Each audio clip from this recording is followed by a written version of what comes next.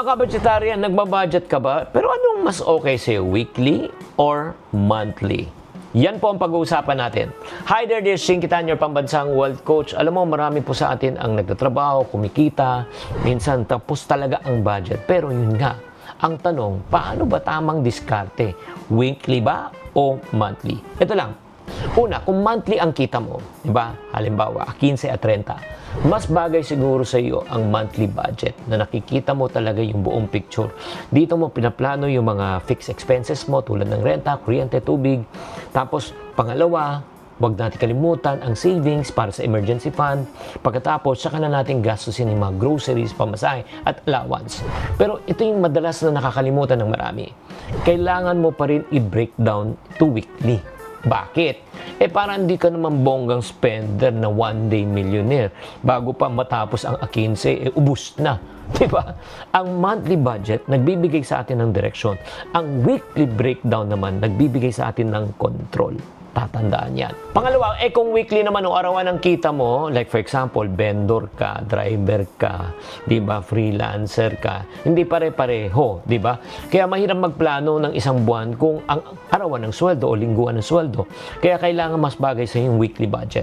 Bakit? Kasi mas flexible, mas realistic, di ba? Halimbawa, ang kita mo kada linggo. Halimbawa lang po ay 4,000. Ilan doon dyan para sa pagkain, pamasahe, at yun nga, sa savings. Hindi mo kailangan maging perfect, ang kailangan may direction ng dapat nakahati na. Or pangatlo, pwede ring hybrid approach. Pwedeng ika nga may weekly ka, mag-set ka ng tinatawag na monthly goals at magsiset ka ng tinatawag na weekly spending control. May malinaw ka na direksyon, may control ka naman ng lingguhan.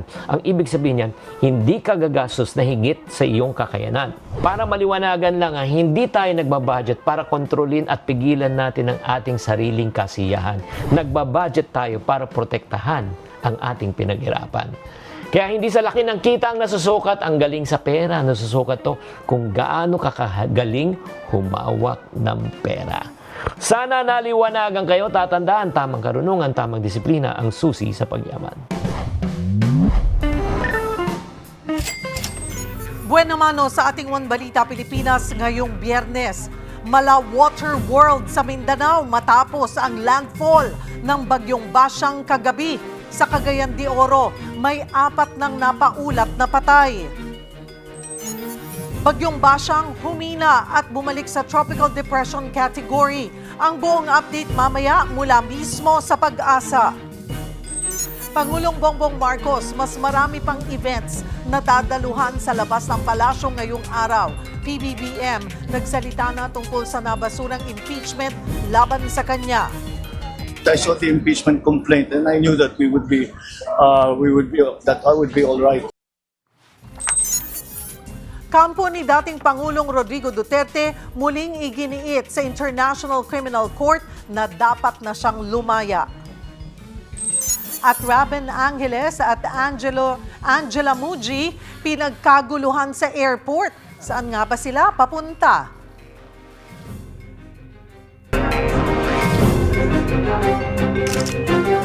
Magandang taghali, Luzon, Visayas at Mindanao. Thank you for joining us. Good afternoon sa mga nanonood. Saan po ang This has been my guide.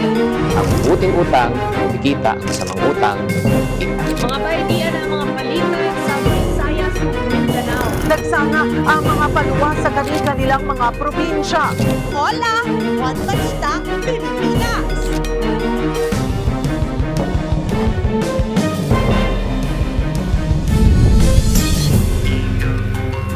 Magandang tanghali, Luzon, Visayas at Mindanao. Pasintabi po sa mga nanananghalian. Halos lumuwa na ang bituka ng isang pakwan farmer sa Iloilo matapos siyang pagsasaksakin ng magkakapatid na kanyang katrabaho. Para bigyan ng mukha ang balita, Mobile Journal, Kayla Magkantang.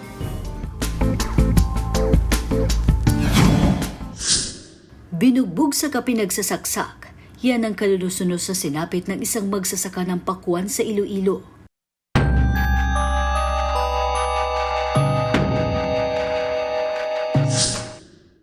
Gabi ng Pebrero 4, nagiinuman sa barak sa Tiringca, Batuan ang magkakapatid na sina Christian, Ryan at Lester Marbebe.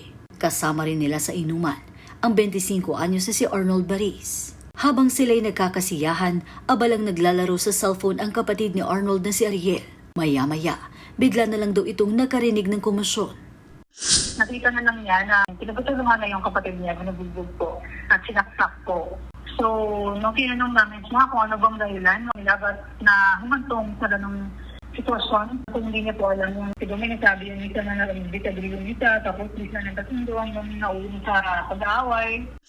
Halos lumabas na ang lamang loob ng biktima sa tindi ng kanyang mga tama. Nadala pa siya sa ospital ng kapatid, pero agad ding binawian ng buhay. Ang mga sospek, mabilis na umiskapo, pero nahuli rin sa hot pursuit sina Ryan at Lester. Nang tanungin kung bakit nila nagawa ang krimen, tila nagturuan pa ang dalawa. Yung sabi niya po sa akin is, kalog na time. And nakasama lang po siya kasi gimitin daw siya ni Ryan para tumakas kasi baka madamay siya. Wanted pa rin ang kuya nila na si Christian. Sa sinumang makapagbibigay impormasyon, agad lamang pong ipagbigay alam sa pinakamalapit na himpilan ng pulis. Mga kapatid, Mobile Journal Kayla Makantan, hatid ang mukha ng balita. Mukha ng balita. Nagpaliwanag ang DSWD sa ginawang pagpapasara sa isang PWD care facility na pinatatakbo ng isang vlogger. Aminado naman ang may-aring vlogger na hindi nga niya naproseso ang mga permit para sa pasilidad. Para bigyan ng mukhang balita, Mobile Journal, Daniel Dayaw. Handang makipagtulungan sa DSWD ang charity vlogger na si Benji Perillo o mas kilala bilang Bench TV. Kasunod ito ng kanyang suspensyon sa PW Care Facility. January 29 nang ipasara ng DSWD ang care facility sa Barangay Landayan, San Pedro, Laguna. Bagsak daw ito sa site inspection. Giit ng DSWD, walang kaukulang Certificate of Registration at License to Operate ang shelter. Kuwento ni Benji o mas kilalang Bench TV Online, maayos ang pamamalakad sa care facility kaya naman nalulungkot siya sa nangyari. At yun po, hinarap naman po namin sila. At ang una po kasing approach sa amin is tutulungan po kami para sa permit. Tapos yun po, nagulat po ako kasi nagsabi po sila na ipo-pull out po yung mga inalagaan ko. Sa kabuuan, may 12 nanunuluyan sa care facility ni Bench TV. 2 sa mga ito, pawang menor de edad pa. 6 sa mga ito ang pansamantalang inilipat sa kustudiya ng DSWD. Giit naman ni Benji, hangarin lang niya ang tumulong sa mga nangangailangan. At alam ko naman po na may pagkakamali kami, pero ang hangad lang po talaga namin is makatulong po sa kapwa. Sa online, hati ang reaksyon ng publiko. Pero sa panig naman ng DSWD, hindi naman daw nila kinwestiyon ang intensyon ng vlogger. Ipinaliwanag pa ni DSWD Secretary Rex Gatchalian na mahalaga pa ring dumaan sa tamang proseso ang pagpapatakbo ng anumang care facility. Ang obligasyon at trabaho ng DSWD to regulate ang ating mga tinatawag na mga social welfare and development agencies o yung kanilang mga shelter. Meron kasi tayong mga basic standards at alituntunin na hinahanap sa mga shelter para masigurado na makatao at tama ang serbisyo na ibinibigay nitong mga shelter na ito. Sa ngayon, nananatiling suspendido ang operasyon ng pasilidad. Humihingi naman ng pasensya si Benji at patuloy na nakikipag-ugnayan sa DSWD upang mapabilis ang proseso ng pagkuha ng kanyang lisensya. Sa gitna ng isyong ito at sa patuloy na kahirapan ng bansa, isang tanong ang iniwan ng marami. Sa panahon ngayon, kailangan pa ba ng permit para makapag-abot ng tulong? Mga kapatid, Mobile Journal, Daniel Dayo po, hatid ang mukha ng balita. Mahaba-habang gamutan ang haharapin ng isang dalaga sa Northern Samar. Nagkapatong-patong ang kanyang sakit dahil na rin daw sa kanyang unhealthy lifestyle. Para bigyan ng mukhang balita, Mobile Journal, Yeda Pascual. Pilit lumalaban para sa kanyang buhay ang isang dalaga mula Catarman, Northern Samar, sa kabila ng kanyang malubhang karamdaman. 2 taon ng dialysis patient si Magela Lovina, 23 anyos. Ang inangkalang problema lang sa bato, dulot pala ng komplikasyon sa isa pa niyang sakit na huli na bago natuklasan. Nung dinala po namin siya sa doktor, doon lang po namin nalaman na may problema din po pala siya sa puso since birth po yun. So parang complications na din po yung sa kidney niya, tapos tumaas din po yung kriya niya, kaya po siya na emergency dialysis. Ang congenital heart disease ni Majela, stage 4 na pala. Ang sabi raw ng doktor, ang kanyang stage 5 chronic kidney disease na dahilan ng kanyang pagdadialysis, komplikasyon na ng sakit sa puso at unhealthy lifestyle. Lagi raw kasi siyang puyat sa pagkatrabaho sa karinderya noon at nakasanayan pa raw ni Majela uminom palagi ng energy drink para hindi antukin. At nito lang nakaraang taon, nadagdagan pa siya ng sakit. Last check po nung doktor, nung nasa Katarman pa po kami, kasi 18 days po kami na-admit doon sa NSPH po. May ano din po pala siya, may bato din po siya sa gallbladder niya. Tapos ang sabi po nung doktor, baka daw po umabot ng 30 to 40 daw po pag inopera daw po yung bato niya.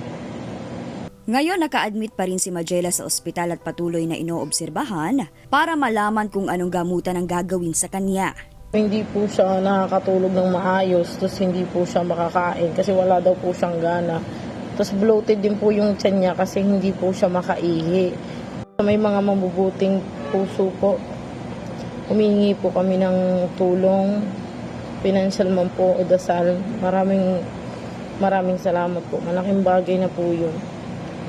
Mga kapatid, ako po si Mobile Journeyeda Pascual. Hatid ang muka ng balita.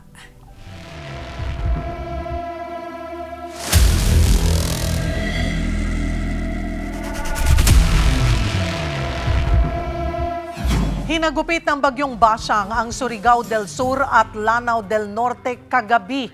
Ang ilang mga bahay at sasakyan inanod ng rumaragasang baha. Para bigyan ng mukha ang balita, Mobile Journal, Ivan Tarinque.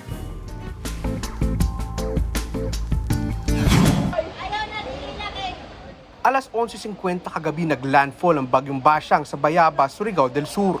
Sa Tandag City, agad pinasok ng baha ang ilang mga bahay. Sa barangay Poblasyon, Caguait, Surigao del Sur, inanod na ang ilang bahay sa tabing dagat.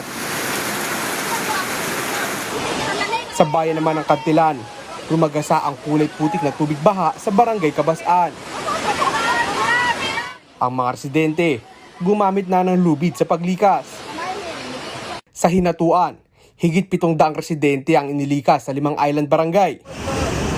Sa Iligan City sa Lanao del Norte, rumagasa rin ang baha. Hindi na tuloy madaanan ang Tubod Bridge. Ang mga sasakyan nakaparada sa Iligan Central High School, inanod na. Ang mga binaha naman sa Barangay Tinapoy, kinailangan na ng rescue. Mga kapatid, Mobile Journal Ivan Tarinque po, hatid ang muka ng balita.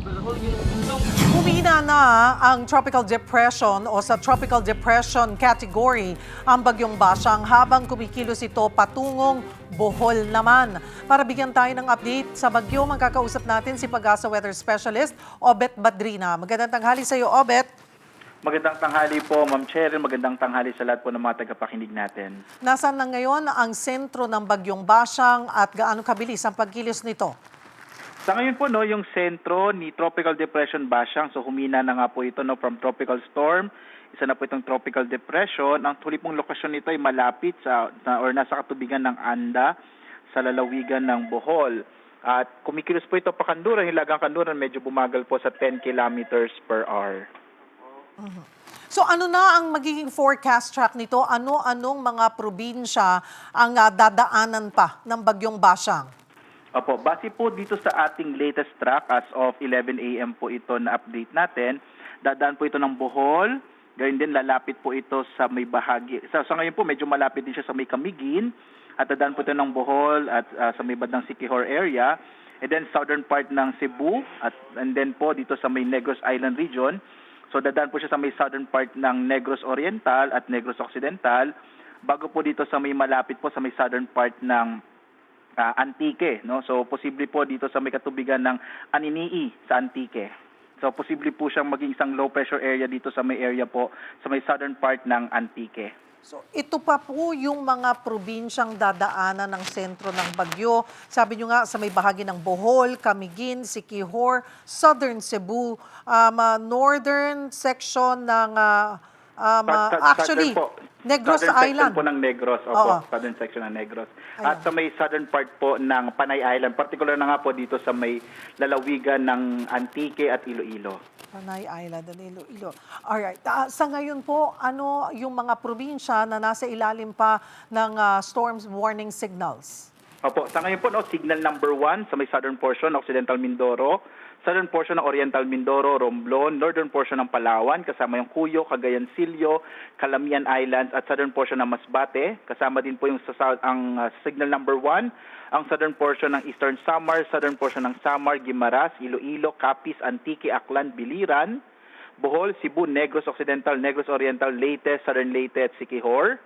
Samantalang signal number 1 din po sa ilang bahagi ng Mindanao, partikular na sa Dinagat Islands, Surigao del Norte kasama Siargao, Bukas Grande Islands, Agusan del Norte, Misamis Oriental, Camiguin, northern portion ng Surigao del Sur, northern central portions ng Agusan del Sur, northern central portions ng Bukidnon, silangang bahagi ng Lanao del Norte, northern portion ng Misamis Occidental, northernmost portion ng Lanao del Sur, at silangang bahagi ng Zamboanga del Norte. So posible po susunod na update ay mamaya 2:00. Pwede ba pong mabawasan itong mga lugar kung saan nakataas ang tropical cyclone wind signal, lalo't patungo na nga ito sa may Central Visayas, Ma'am Cheryl. Ang sinasabi mo nga, itong mga nabanggit natin ng mga lugar, mga kapatid, yung nakataas sa signal number 1, hangin po ang pinagbabasihan. Pero katulad ng mga paunang paalala at warnings po ng pag-asa, itong si Bagyong Basyang ay maulan. At nakita po natin, nagdulot nga ng pagbaha ang ulan na dala nitong bagyo sa ilang probinsya po, Obet, sa Mindanao, gaya nga ng Iligan City at Cagayan de Oro. So ito bang si Basyang kahit na humina na ulit sa tropical depression category ay patuloy pa ring magdudulot ng pag-ulan sa maraming probinsya? Ma'am Cheryl, nag-issue din po tayo ng weather advisory. Ito po yung inaasahan nating dami ng ulan na masusunod 24 oras o 24 na oras. At ngayon nga po, nabawasan na po yung mga inaasahan nating malalakas na mga pag-ulan na mararanasan. Partikular na nga po nung mga lugar kung saan po direktang nakaka-apekto ang Bagyong Basyang. So yung naranasan po mga pag-ulan, lalo na po base po sa record naman ng ating mga istasyon, maraming ulan pong ibinuhos, lalo na dito sa may area ng Caraga, sa Surigao del Sur at Surigao del Norte. Base po yan sa mga naging observations ng ating mga weather stations. At ngayon po, since nasa may Central Visayas na po siya, at yun nga, medyo sa ngayon po ay humihina na po siya, posible po na medyo mabawasan na rin yung mga pag-ulan. Gayun pa man, Ma'am Cheryl, gusto natin bigyan ng emphasis na bagamat posibleng mabawasan po yung mga ulan na dala ng Bagyong Basyang, ay nitong mga nakarang araw ay nagdala na rin siya ng mga pag-ulan. So, posible pa rin naman yung mga flash floods and landslides. Sa kilos nito ay magla-landfall bang muli ang bagyo? Opo, Ma'am Cheryl, posible po itong mag-landfall base rin sa ating latest track. Una po, maaari po itong tumama sa may Bohol and then sa may southern part nga ng Cebu and then po dito sa may Negros Island. Either una po sa Negros Oriental, posible po sa may Negros Oriental na lamang at lalabas ito sa may Negros Occidental. Ano pa yung mga dapat na, again, sabihan po natin, paalalahanan natin yung mga probinsya na kailangang maghanda dahil patuloy nga na magdudulot ng ulan pa itong si Basyang. Saan-saan pong mga probinsya ito? Opo. So, Ma'am Cheryl, bagamat nga humina na yung Bagyong Basyang from tropical storm by tropical depression, kailangan maghanda pa rin po yung mga kababayan natin kung saan po dadaan din yung bagyo po. Hindi lamang yung mismong sentro, pero pati yung tinatawag nating rain bands o yung labas sa bahagi ng sentro ng bagyo. So ito nga po yung mga lugar ng Western Visayas. So nabanggit na po natin din na kung saan nakapasok po sa signal number 1, yung Antique, Aklan, Iloilo, Capiz, gayon din itong Guimaras, yung Negros Occidental, Negros Oriental, itong southern part ng Cebu at Bohol, at maging ilang bahagi din sa may area naman ng Northern Mindanao. Nananatili ba yung lawak nito? Yesterday kasi, sinasabi yung diameter umaabot hanggang 600 kilometers, with 300 kilometers radius. Nananatili ba sa ganito kalawak or lumiit na rin? Sa ngayon po, halos same pa rin po, yung inisyo po natin nasa 330 kilometers pa rin yung radius. So more or less, ganun pa rin po yung lawak niya. Bagamat yung bugso po ng hangin, posibleng nabawasan na po. At bukod po dito sa Bagyong Basyang, mayroon pa ba kayong nakikita or binabantayan na ibang weather systems na magdudulot pa ng pag-ulan sa bansa? Sa ngayon po, wala na tayong iba pang minomonitor na iba pang posibleng or low pressure area na maaaring maging bagyo at least in the next couple of days po. Kahapon sinabi ng Pag-asa na very crucial yung araw ng Biyernes at Sabado. Ganoon pa rin ba ang dulot ng bagyong Basyang? Sa ngayon po, base sa latest na inilabas po natin sa as of 11 a.m., posible pong bukas kasi araw ng Sabado ay malusaw din yung bagyo base po sa latest track bandang hapon. So masasabi po natin na ngayong araw ng Biyernes, crucial pa rin po yung mga pag-ulan, pagbukso ng hangin. Pero po bukas ng hapon, possible na mabawasan na po lalo na kapag nag-isang low pressure area na lamang ang bagyong Basyang. Kailan ito inaasahang lalabas ng Philippine Area of Responsibility or dahan-dahan na ngang matunaw back to low pressure area? Mas malaki po yung posibilidad, Ma'am Cheryl, na ito ay malusaw na lamang at maging isang low pressure area araw po ng Sabado bukas. When do we expect improved weather condition? And expect po natin by Sunday, mas maliwalas sa panahon na dito sa atin, sa Kabisayaan po. Pero po ang isa naman po ng ating binabantayan, itong shear line naman, no? So ito po ay hindi bagyo, pero ito naman ay maaaring magpaulan sa may silangang bahagi ng Luzon. So nag-issue din po tayo ng weather advisory at in-expect po natin, bandang araw ng Linggo or Lunes, ay magiging maulan sa may silangang bahagi naman ng Luzon. Nadala naman ng shear line. When you say maulan, ito ba something na kailangan paghandaan ng mga kapatid natin? Opo, tama po kayo, no? So posible po kasi yung mga flash flood and landslide. In the past po, nagkaroon din tayo ng mga instances or cases na kung saan yung shear line ay nagpapaulan, lalong-lalo na nga sa may area po, ng itong area ng Isabela, Aurora, Quezon. So yan po yung madalas na dinadala or nagbo-boost po ng malalakas sa mga pag-ulan yung shear line, maging sa Bicol region. So ang kailangan maghanda by Sunday and Monday because of shear line. Kayo din po sa Isabela, Aurora, Quezon, and Bicol? Bicol region? Yes po, no, ilang bahagi po ng Bicol region, particular na sa Camarines Norte, kung saan nga maaring makaapekto naman yung shear line. Maraming salamat for the update, Pag-asa Weather Specialist, Obet Badrina.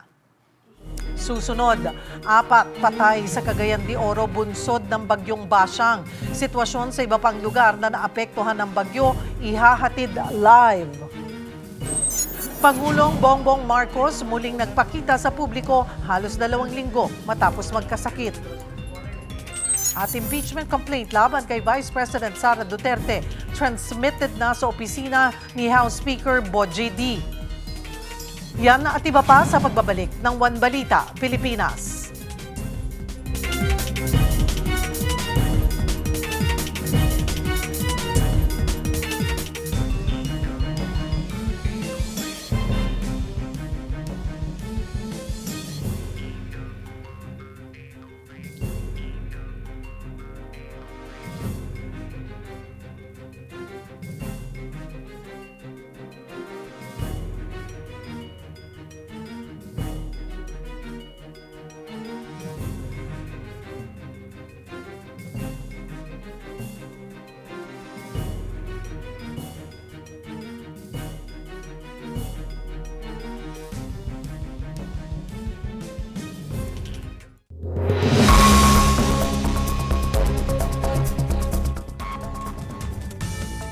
Mga bay, di ara mga balita gikan sa Visayas ug sa Mindanao. Makaguol ni kay daghan kayong naapektahan sa bagyong Basyang sa kalain-laing dapit sa Mindanao. Dito sa Surigao City, dunay nangatumbang punuan sa kahoy tungod sa kakusog sa ulan ug hangin. Naamang gani mga sakyanan sa daplin sa dalan nga nangatumbahan sa mga punuan. Maayo na lang kay wala ray nasakitan. Mausab ang nahitabo sa Misamis Oriental mga bay, aduna gihapoy mga panimalay nga natumbahan og mga punuan sa kahoy. Ang resulta na agyoy usang naangol. Dali ra sab hinuon nga nagpahigayon og clearing operations ang LGU sa didto sa lugar. Samtang dunay mga residente nga namakwit pinaagi sa tabang gikan sa Philippine Red Cross. Og sa lungsod sa Lagonglong, sobra sa 100 usa ka gatos ka mga residente ang gi-evacuate padulong sa luwas nga lugar. Unya didto sa Agusan del Sur, dunay mga lugar nga miabot na sa hawak ang baha. Tungod ani na makwit na ang mga residente. Sa laing bahin mga bay, misuko na o misurrender na si Albuera Mayor, Albuera Leyte Mayor Kerwin Espinosa. Gipagawas naman gud ang arrest warrant para sa kasong murder nga iyang giatubang. Kauban ni Espinosa ang iyang abogado sa pag-adto sa NBI. Human sa booking procedure, gipreso si Espinosa dito sa Cebu City Jail. Nasuko sab o nisuko sab ang duha pa niyang mga kaubang akusado. Walay piyansa nga gitugot ang korte sa ilang kaso. Mga bay, bagkuyog na sa taugma para sa mga balita gikan sa Visayas ug sa Mindanao. Ako si Chicky Verhel. Si Pangulong Bongbong Marcos na mismo ang nagsabi walang kahihinatnan na ang tangkang impeachment laban sa kanya. Para bigyan ng mukha ang balita, Mobile Journal, Julie Baiza. Muling dumalo sa panibagong public engagement si Pangulong Bongbong Marcos ngayong araw. Masigla si Pangulong Bongbong Marcos nang humarap sa groundbreaking ceremony ng pamantasan ng lungsod ng Maynila College of Allied Health Sciences Building. Pagkatapos niyan, binisita rin niya ang ospital ng Maynila. Ito na ang ikalawang araw na lumabas ng Malacanang ang Pangulo, halos 2 linggo matapos magkasakit ng diverticulitis. Nagpaunlak pa siya ng panayam sa media. Sa pagkakataong ito, nagsalita na siya tungkol sa nabasurang impeachment complaints laban sa kanya. I wasn't very worried because I saw the impeachment complaint and I knew that I would be all right in terms of the impeachment kasi wala naman, there were no real grounds for the impeachment. It was a political move. We can get on with our work, because these things are distractions from the things that we were doing. Pero pagdating sa impeachment complaints laban kay Vice President Sara Duterte, tikom na ang Pangulo. No, I have no reaction. Hindi ko trabaho yan. Trabaho ng House. Pabayaan mo sila magtrabaho. I'm sure they will handle it properly. So let's let them do their jobs. Mula sa Maynila, tumuloy sa Makati si PBBM kung saan pinangunahan niya ang oath-taking ceremony ng mga guro at school heads ng DepEd NCR sa ilalim ng Expanded Career Progression. Mga kapatid, Mobile Journal Julie Baiza po, hatid ang mukha ng balita. Naniniwala ang mga nasa likod ng impeachment complaint laban kay Vice President Sara Duterte na sufficient in form and substance at lulusot ang reklamo sa Justice Committee on Justice o sa Justice Committee ng Kamara. Para sa update, magbabalita live mula sa Quezon City, si Mobile Journal Arles de los Santos. Arles. Cheryl, naniniwala ang mga complainant ng panibagong impeachment complaint laban kay Vice President Sara Duterte na may basehan ang mga reklamo nila laban sa bise at umaasa rin sila na tatawid ito sa Committee on Justice ng Kamara. Sinabi yan ni na dating ACT Teachers Party List Representative Franz Castro at dating Gabriela Party List Representative Liza Maza sa isang forum ngayong araw sa Quezon City. 1 taon yan mula nang maglaps ang unang impeachment complaint laban kay Vice President Sara Duterte. Naniniwala ang dating mga mambabatas na dapat pa ring humarap at magpaliwanag si Duterte kung paano ginamit ang pondo ng ahensyang kanyang mga pinamunuan, gaya ng 612.5 million pesos na confidential at intelligence funds ng Office of the Vice President at Department of Education noong 2022 hanggang 2023. Higit lalo ang anilay copy-paste activities ng dalawang ahensya maging ang questionabling mga pangalang nakalagay sa resibo ng mga ito na pasok daw sa betrayal of public trust bilang grounds for impeachment. Pero para kay former DOH Undersecretary at former Anak Kalusugan Representative Mike Defensor na present din sa forum, mahalaga daw na balansehin ang reklamong impeachment dahil tila mayroon daw double standard. Mayroon din naman daw kasing confidential funds si Pangulong Bongbong Marcos Jr. na higit na mas malaki ang halaga. Gayon din ang mga unliquidated funds ng iba't ibang ahensya ng pamahalaan na maaari ring silipin. At ang impeachment case daw ito ni Vice President Sara ang magiging umano'y worst impeachment process dahil gagamitin daw ng kasalukuyang administrasyon ang lahat ng mekanismo nito upang maalis sa posisyon si Duterte. Samantala, kaugnay ng impeachment, kinumpirma ni House Secretary General Attorney Cheloy Garafil na pumasok na nga or na-refer na sa House opisina ni Speaker Bogie D ang dalawang impeachment complaint laban kay Vice President Sara Duterte matapos itong dumaan sa beripikasyon. Ang unang reklamo ay inihain ng miyembro ng Makabayan Bloc at ang pangalawang reklamo naman ay inihain ng civil society groups. Kasama sa reklamo ang alegasyon ng corruption at allegation ng self-confessed bagman ni Duterte na si Rabel Madriaga na nagsabing Chinese POGO operators ang nagpondo para sa pangangampanya ni VP Sara noong 2022. Nauna nang tinanggi ni Duterte ang alegasyong iyan. Sinabi rin ng bise na handa silang magpakita ng mga ebidensya sa oras na magsimula ang paglilitis sa kanila. Inaasahan na may isasama ang dalawang verified impeachment complaints sa order of business ng Kamara sa Lunes, February 9. Cheryl, dagdag pa ni Castro at Maza na yung impeachment related na desisyon na inilabas daw ng Korte Suprema nitong mga nakaraang araw ay hindi raw ipinapawalang sala si Vice President Sara Duterte sa mga reklamong isinampas sa kanya. Ang tinutukoy daw nito at binibigyang sagot ay yung teknikalidad ng naunang 4 na impeachment complaint ng Kamara noong nakaraang taon. Yan muna ang latest. Balik sa iyo, Cheryl. Maraming salamat, Mobile Journal, Arles de los Santos. Umapila ang kampo ni dating Pangulong Rodrigo Duterte sa International Criminal Court na agad siyang palayain. Ayon sa abogado ni Duterte na si Attorney Nicholas Kaufman, nagkamali ang pre-trial chamber nang hindi nito isaalang-alang ang isang joint medical report. Yan ay matapos ideklara ng korte na fit to stand trial si Duterte. Hirap nga raw ang dating Pangulo na magdesisyon at planuhin o ayusin ang araw-araw niyang gawain. Dahil sa mahina umanong lagay ni Duterte, imposible raw na makatakas siya. Magsisimula ang confirmation of charges hearing ni Duterte sa February 23 sa kasong crimes against humanity dahil sa drug war. Kasabay nito nilinaw ng DILG na wala pa ring arrest warrant sa isa pang nadadawit na kaso na si Senator Bato de la Rosa. November pa nagtatago ang senador kasunod ng pangambang ipaaresto rin siya ng ICC. So as far as I am concerned, there is none. As far as the DFA is concerned, there is none. As far as Malacanang is concerned, there is none. But there might be. So Naghahanda na rin na ang mga taga Cebu sa posibleng pagdaan doon ng bagyong Basyang. Para sa update o gabalita, live si One News Cebu correspondent Dale Israel. Dale, kumusta ang sitwasyon dyan? Malakas na ba ang ulan at hangin? Malakas ang ulan kagabi, sharing naranasan dito sa Cebu City. Subalit wala namang naitalang mga pagos, dulot ng bagyong Basya. Kung umaga naman ay patuloy ang mga pag-ambon at mahinang pag-ulan dito sa Cebu City habang patuloy din ang pag-ulan medyo malakas doon sa timog bahagi ng probinsya. Nasa mamayang alas 2 ng hapon ang posibleng pagtama ng bagyo sa southern portion ng Cebu. Ngayon ay wala pa rin tigil ng ulan dito sa Cebu City. Sharing. Kanina may pinakita tayong video na kasama ng media, si Governor Pam Baricuatro.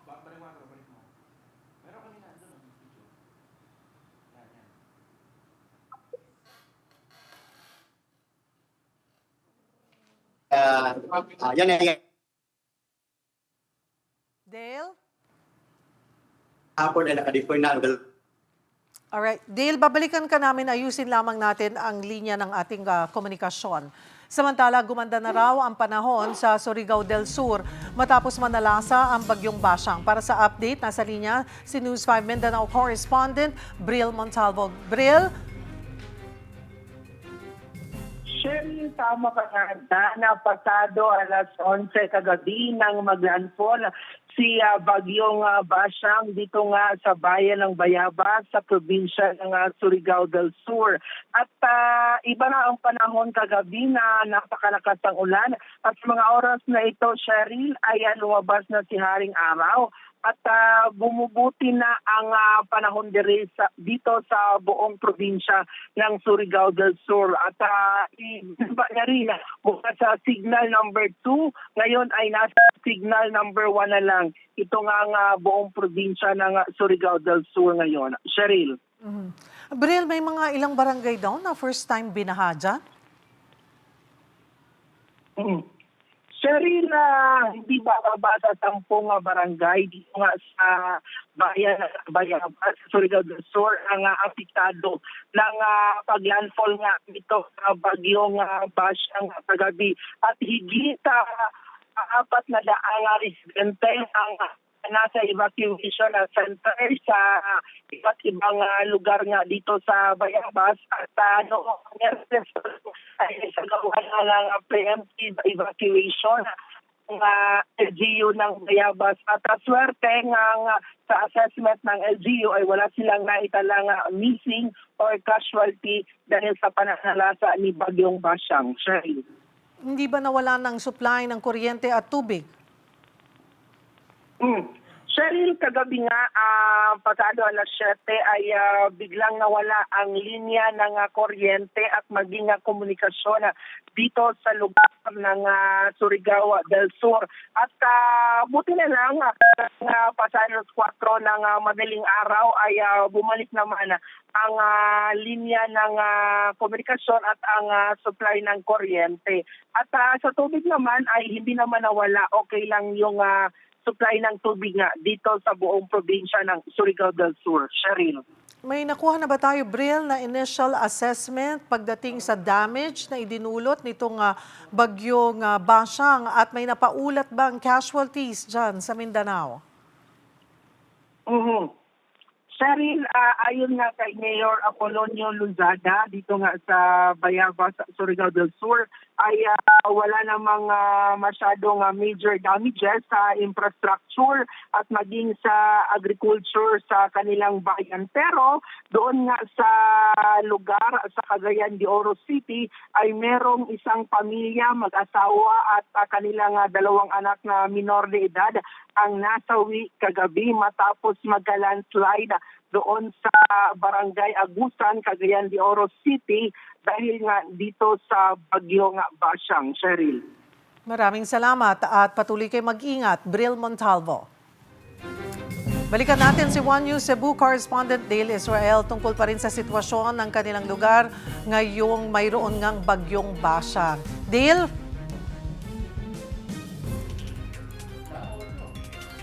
Nakamute ka yata. Dale, can you check?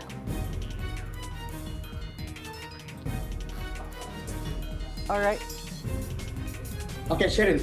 Yes, kahapon ay nakadeploy ang dalawang team of responders dito sa Cebu City. Isa sa North at isa naman sa South District kung sakaling may mga pagbaha na mangyayari. Nakausap din natin si Governor Pamela Barangay 4 kanina at sabi nakaposisyon na rin ang mga equipment para makapag-clear ng mga daan kung sakaling may mga pagbaha at para sa landslide sa southern portion ng Cebu Province. Cheryl. Hindi yung sinapit ng Cebu nitong mga nagdaang bagyo, no? Kumusta yung paghahanda ng mga LGU para nga hindi na maulit yung sinapit noong bagyong Tino? Pero patuloy yung pagmomonitor ng mga otoridad sa malalaking sapa at ilog kabilang na yung Mananga River na sa ngayon ay di pa naman umaapaw. Ang Mananga River ay isa yun sa mga ilog na nagdulot ng malawakang pagbaha noong panahon ng bagyong Tino kung saan maraming kabahayan ang nalubog sa tubig. I-monitor din yung Butuanon River doon sa Mandaue City at hindi pa naman umaapaw sa ngayon. Kaugnay nito ay nakadeploy din ang 8 bus ng pamahalang lungsod ng Cebu City sa mga pasaherong na stranded kagabi nang lumakas ang ulan. Patuloy naman ang operasyon ng mga bus na ito ngayong araw sa kanilang mga ruta sa North at sa naman sa South District ng Cebu City. Sheriff. May mga lugar na ba na nagpatupad ng preemptive evacuation? Cheryl, may 131 families na ang dinala sa mga 58 na mga evacuation centers sa 8 lugar dito sa Cebu Province, mostly sa mga southern towns. Sa Mandaue City naman, Cheryl, nilikas ang 16 na mga pamilya mula sa Barangay Paknaan at Magikay. Ito yung mga pamilyang naninirahan sa mga danger zone at malapit sa mga ilog, kaya agad na yung pinabakot ito bilang pag-iingat. Cheryl. Maraming salamat. One News Cebu correspondent Dale Israel. Naglabas ng lahar advisory ang PHIVOLCS para sa Bulkang Kanlaon dahil sa posibleng malakas o malalakas na pag-ulan na dala ng bagyong Basyang sa ilang bahagi ng Negros Island. Kaugnay niyan, makakausap natin si Seth Bariga, Public Information Officer ng Kanlaon City, Negros Oriental. Magandang tanghali po. Magandang tanghali po, Ma'am Cheryl. Sir, ano po ang kasalukuyang paghahanda ng Kanlaon City kaugnay nga ng lahar advisory na inilabas ng PHIVOLCS para sa Bulkang Kanlaon? Since yung paghahanda po namin sa Kanlaon City po, since December po yung naglabas po ng ang PHIVOLCS ng advisory ng heightened alert ng Kanlaon City, palagi pong naghahanda yung Kanlaon po, yung sa lahar naman po, minomonitor po namin lahat ng mga posibleng dadaanan ng lahar po na mga rivers po na dadaanan ng lahar po. So as of the moment din po kasi yung mga rivers po na, posibleng dadaanan ng lahar po. Iyon po yung ding mga river na dinaanan po ng flash flood nang nangyari nung Bagyong Tino. So as of the moment po, inaabisuhan na po namin yung mga mamamayan ng Canlaon City, yung mga malapit sa mga sapa na na-mention po din ng PHIVOLCS, na kailangan silang maghanda at kung kinakailangan, kailangan silang mag-preemptive evacuation. Naka-coordinate naman po yung LGU natin sa mga barangay sa lahat ng barangay ng Canlaon City at sa LDRIM at DDRIM po na mag-monitor at kung kailangan po ng evacuation agad-agad, handa naman po yung mga barangay namin at yung LDRIM po namin. Sir, alin-alin po sa mga barangay yung itinuturing na high risk pagdating nga sa lahar at sediment flows? Yes po. Yung pinaka-high risk po na barangay po namin is yung sa Barangay Masulog po. However po, mentioning po, we consider all the barangay we consider po lahat ng barangay na kung saan yung mga rivers na na-mention po sa PHIVOLCS high risk po. So yung mga Barangay Masulog, Linuthangan, Binalbagan, Malayba at Barangay Pulapo, yun po yung mga high risk po na barangay namin dito. Nasabihan na po ba yung mga residente na ihahanda ang mga sarili doon nga sa posibleng paglikas sakaling lumala po ang sitwasyon? Yes po, nasabihan na po namin through our social media platform po ng Canlaon City. Tapos pinapahanda po namin yung barangay. So yung mga barangay officials natin, pinapahanda na din yung mga residente namin po. Paano ho yung ating koordinasyon sa PHIVOLCS at di pa bang ahensya para nga sa monitoring ng ulan at daloy ng lahar? As of the moment po, yung source of information lang po namin from Pag-asa and PHIVOLCS is through their Facebook pages po and their official websites po. So wala kaming close in contact po with PHIVOLCS and Pag-asa po as of this moment. Pero we are closely monitoring further bulletins naman din po. Bakit po ganun walang close coordination? Sapat na po ba yung nagmo-monitor lang po kayo sa kanilang mga FB pages? Yung LDRIM po namin po may Task Force Canlaon team naman din po sa Negros po. Tapos yung si LDRIM namin naka-coordinate po sa Task Force, which yung PHIVOLCS din naman po close coordinating with them po together with the OCD. So we are coordinating, the city is closely monitoring through our LDRIM officer po. Sa mga oras na ganito ay kamusta ba ang panahon po dyan sa mga oras na ito? As of the moment po, we have moderate rains po and moderate rains at moderate na hangin lang naman din po dito sa Canlaon. And from time to time, yung LDRIM namin through our BDRIM are closely monitoring our rivers po na posibleng dadaanan ng lahar flow at dadaanan ng flash flood po. Ano po ang inyong paalala sa inyong mga kababayan? Para po sa mga kababayan dito din sa Canlaon na wag na tayong makumpante. We have learned our lesson po through nung nangyari ng Bagyong Tino. So kung kailangan na mag-preemptive evacuation, hindi na dapat hintayin ang official na anunsyo ng LGU at dapat mag-evacuate na agad-agad. Maraming salamat, Seth Bariga, PIO ng Canlaon City. Diyan lamang po kayo mga kapatid, magbabalik pa ang One Balita Pilipinas.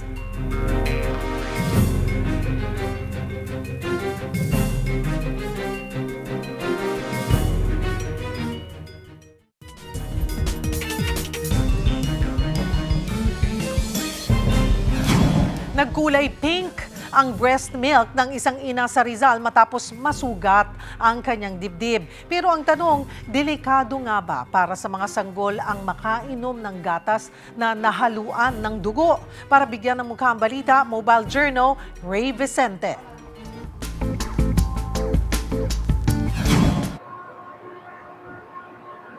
Puti ang karaniwang kulay ng gatas na nilalabas ng mga breastfeeding moms. Pero ang nanay na nakilala ko, kulay pink ang breast milk. 5 taon na ang breastfeeding mom si Nanay Apple ng Rizal. Pero ang kaibahan ngayon, kulay pink ang lumabas na gatas niya. Humalo pala kasi ang dugo na galing sa kanyang dibdib. Nakagat niya yung, alam niyo na po yun. And dumugo po, may kaunting sugat pero tolerable naman po. So, diretso lang ako that day, whole day, Sunday na breastfeeding sa kanya. Wala naman akong pain na nararamdaman, just normal lang po yung suction. Kinabukasan pa raw bago nakita ni Mommy Apple ang kulay nang gamitin niya ang breast pump bag. Nabahala pa siya dahil may buo-buong dugo. Nagulat ako na parang hindi siya yung flowy medyo malagkit. Tinapon ko kasi alam ko na hindi pwede ipaano kay baby So nung tinapon ko siya dun sa sink, nagulat ako na may mga buo-buo pa siya. First time kasi nangyari sa akin yun during those 5 years na nagbe-breastfeed ako sa mga baby. 8 beses daw nagpapadede si Mommy Apple kada araw. Kaya siguradong ilang beses daw ito nainom ng kanyang 7-month-old baby. Digested blood yung term, kaya naging black yung poop niya. First time din na maging black yung poop niya, usually yellow talaga. Or kakulay nung mga pinapakain ko sa kanya na vegetables. Pero ang tanong, ano kayang epekto nito kay baby? Nagtanong na rin ako sa pediatrician. Pwede rin po kasi mag-manifest yun as black sa poop ni baby. Pero after a while, kung na-observe naman niya na bumalik na sa brownish or yellow, okay lang naman po. Common yun na makakagat, especially pagka nagningipi na yung baby. Kasi minsan kumakati yung gums nila or minsan hindi proper latching or yung hindi masyadong pasok yung bibig ni baby sa pinaka-breast. Pero kahit karaniwan na sa mga nagngingipin na sanggol, mas mabuting ipatingin daw agad si doktor kung may nakakabahalang sintomas. At nakikita nyo na nagda-diarrhea and vomiting yung baby, mas maganda kung dali na lang po sa emergency room or sa pedia nila para ma-check, para maiwasan natin yung dehydration or yung contamination na pwedeng magkaroon din ng infection si baby. Mga kapatid, mobile journalist Ray Vicente po, hatid ang mukha ng balita. Hola mga kapatid, bumiyahe na po sina Robin Aquiles at Angela Muji para sa kanilang unang out-of-the-country trip together. Pa-Dubai po sila para makasama ang fans. Siyempre, diba? Sinend off natin sila. Narito po ang report. Parang may fans day sa NAIA Terminal 1 nang dumating ang isa sa hottest love teams of today. Sina Robin Aquiles at Angela Muji. Etong sina ate, nagpalundag-lundag pa. Nagkakagulo. Si kuya naman, talagang di na nakapagpigil at umiksena sa gitna ng interview. Sa gitna talaga na, wait lang. Talaga lang ha, kuya? En route to the Barrio Fiesta Dubai 2026 ang Rabgel. Milestone ito dahil after their movie na A Werewolf Boy ay first ever out of the country trip nila together. Magtatanghal din sila para sa Filipino fans sa Middle East at 1 week silang magsasama. Ang saya kasi natuloy din. Parang ilang beses ko po ina-announce na pupunta kami ni Jella dyan sa Dubai, Hindi naman kami natutuloy. Pero ngayon tuloy na po. Actually, it's only my second time traveling outside of the country. So excited! Yes, I'm so happy! Pagbalik ng Pilipinas, trabaho rin agad ang bubungad sa Rabgel dahil sasabak na sila sa first ever drama anthology nila. Pagbalik po namin, magte-taping na kami. Yes. And we're so excited. As far as we know, this has 4 episodes with 4 different directors and 4 different storylines. Siya, alam ko may isang story na na parang bagay na sa akin. Hindi na po siya yung parang mayaman na pogi. Sa anthology, ibang imahe ang ipapakita ni Robin dahil gagampanan niya ang isang geng-geng o young stunner. Geng-geng! Yun yung kinalakihan ko So excited na po kung paano yung magiging itsura nun. But for now, abangan ng Rabgel sa Dubai this Feb 8 sa Zabil Park Gate 5, 11 a.m. oras sa Dubai. Pero ito ang mas exciting mga kapatid, ang celebration ng aming nag-iisang birthday girl, Miss Cheryl Cosim! Happy birthday to you! Happy birthday to you! Happy birthday to you! Happy birthday! Happy birthday! Kompleto talaga. Kompleto! Oh! Happy na birthday pa! Napakaganda pa at napakabait. Happy birthday, Michelle. Thank you. Maraming salamat sa aking One Balita Pilipinas family. Ayan na aking mga kapatid. Ilang taon na tayo magkakasama? Dami na, no? Ilang years? Nako, Jerome. Parang more than 6. Ayan. More. More than 6. More. Yes, more. 8 years. Grabe. 8 siguro. Marami pong salamat at lalo na po sa inyo, mga kapatid, sa ating mga nanonood, diba? Sa inyo pong suporta. Thank you. Marami pong salamat. I'm blessed. Sobrang blessed. Wish. Thank you. Salamat po. Thank you, Lord, for all the blessings and blessing kayo sa akin. Kahit masakit ang ulo nyo sa akin minsan. At blessing po kayo, mga manonood sa akin. Thank you so much. Ayan. 25? Oo, 25 years old. I'm 25! Baliktarin nyo po, 52 years old. Salamat. And thank you, MJ. Thank you. At mga kapatid, abay, araw-araw po yan sa marami pang taon na pagsasamahan natin. Yan po ang mga bumabanderang balita at public service sa inyong tunay na kasalo sa tanghali. Saluhan nyo po kami ulit sa Lunes dito sa Balita Magpapabusog sa inyong kaalaman. Ako po si Cheryl Cosim, kasama natin palagi si MJ Marfori. Asa na?